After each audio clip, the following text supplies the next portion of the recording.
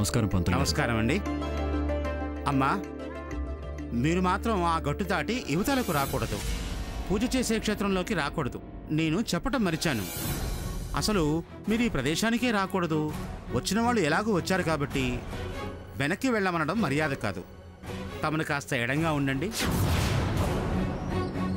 అదేంటి పంతులు గారు, ధరణి నా భార్య, తను నాతో పాటు పూజ చేయాలి కదా.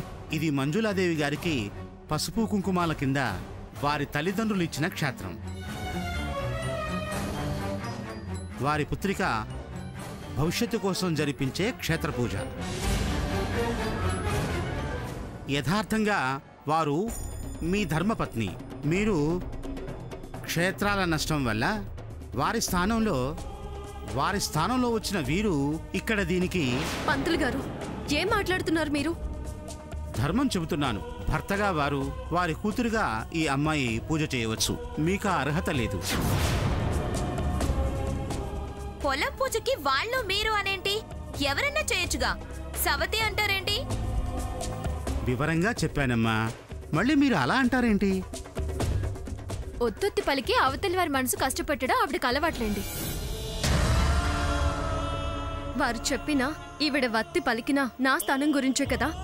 అర్హత లేదు, ప్రవేశం లేదు అన్న దగ్గర నేనుండడం ఎందుకు? సవతిది చాటుమాటు బతుకు అన్నట్టుంది వారి మాట. నేనేం చేసినా, ఎంత చేసినా పూజకి పనికిరాని పువ్వునే. ఈ స్థానం, ఈ బిరుదులివ్వడానికే వారు నన్ను పెళ్లి చేసుకున్నారు. ఈ పూజ ఎందుకని ఇలా చేయాలి అని చెప్పుంటే అసలు వచ్చుండేదాన్నే కాదు.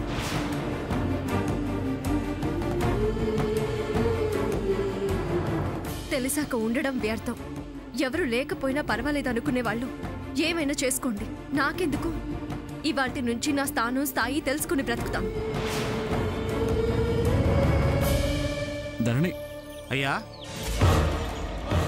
మీరు పూజ చేయకుండా వెళ్ళకూడదు.